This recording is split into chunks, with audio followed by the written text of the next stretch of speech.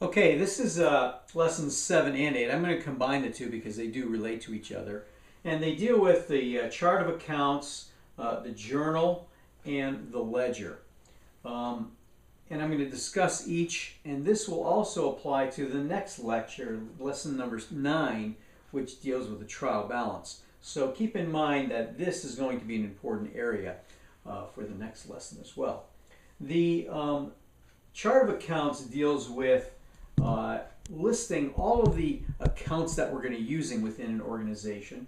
And we note that the assets start with 1. In this case, cash is 10, 11, and 12 because we only have wanted to keep it simple and small. Liabilities start with a 2. Equities start with a 3. Revenues with a 4, and expenses with a 5.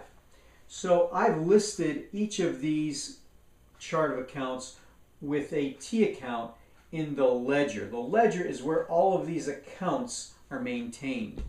Okay. The journal is the place where we originally record transactions. Okay. So I'm going to list out some transactions, and then I'm going to post these journal entries to the ledger accounts.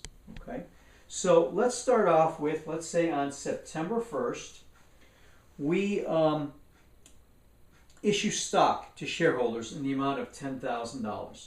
So we would debit our cash account and credit stockholders' equity.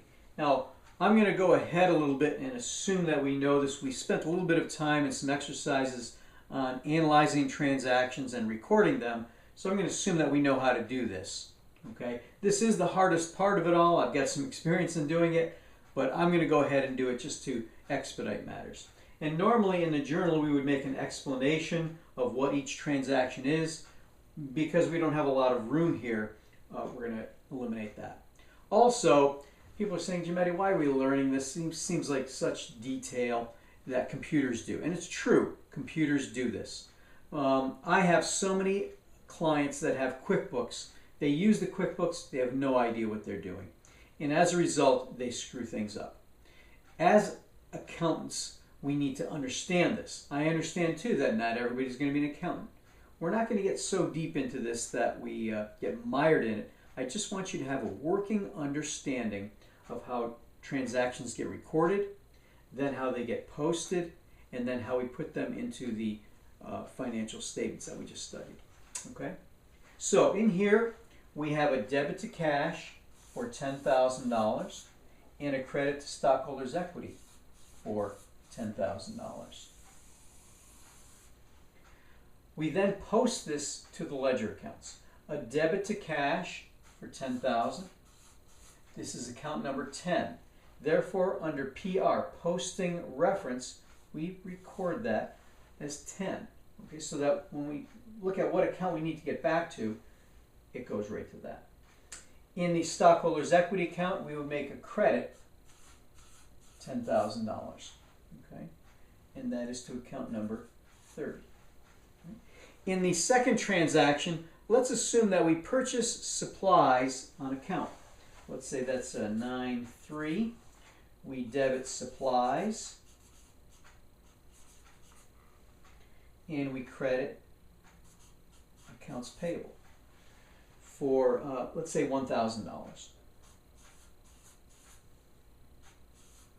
Notice that I first record the debit and then the credit always gets indented a little bit. That makes it a little easier to read so that you know that all the debits are right along this line and the credits have been indented.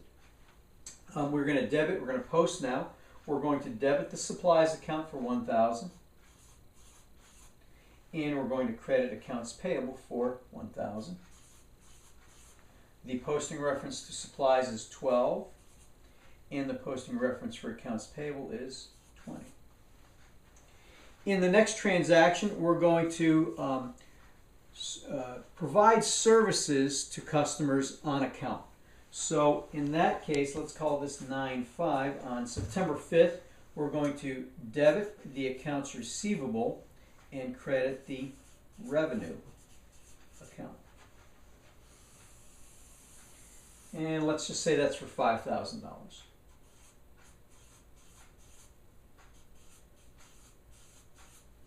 So we would post it to the accounts receivable account, debit accounts receivable for $5,000. That's account number 11. And to the revenue account, that is right here, revenue, not retained earnings, for $5,000. And that is posting reference number 40. Next, we're going to pay wages. We're going to pay wages of, let's say, $2,000. And let's say that's on September 10th. We would debit wages expense. Technically, this is an expense account, and so is this one. Okay, expense. And credit cash for, let's say, $2,000.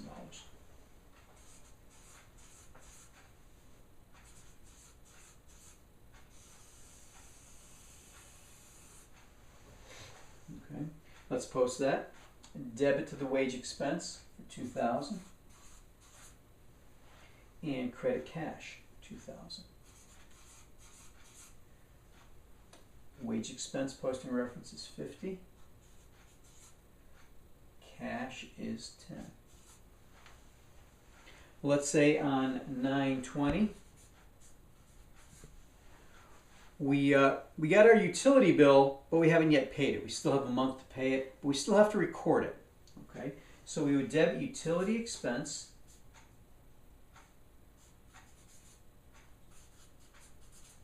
and credit accounts payable for, let's say, $500.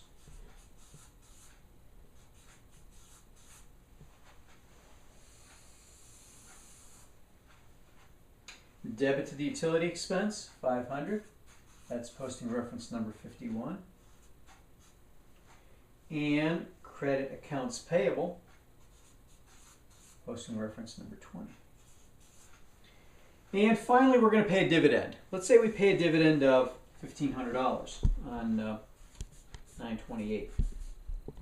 That would be a debit to dividend, whoops, and a credit to cash for $1,500.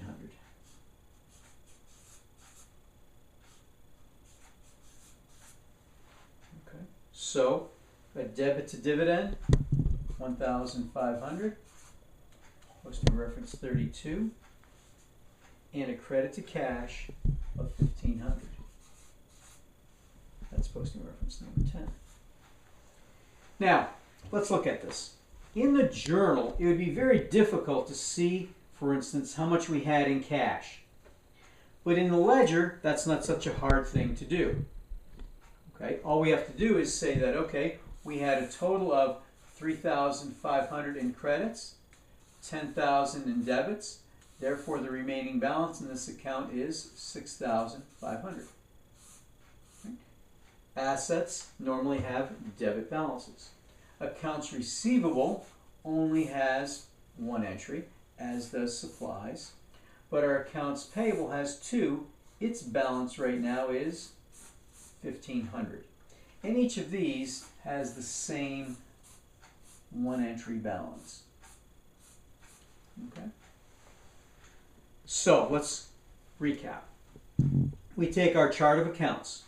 We establish a T account for each one of these accounts in the chart of accounts, and there's a standardized way of numbering these accounts. Okay. Assets, liabilities, owner's equity, revenue, and expenses. We list these T accounts here. We record entries in the journal. Once they're recorded, we post them to the ledger accounts, okay?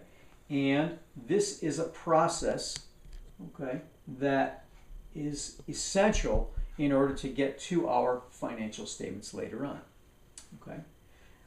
This is lessons 7 and 8, dealing with the chart of accounts, the journal, and the ledger.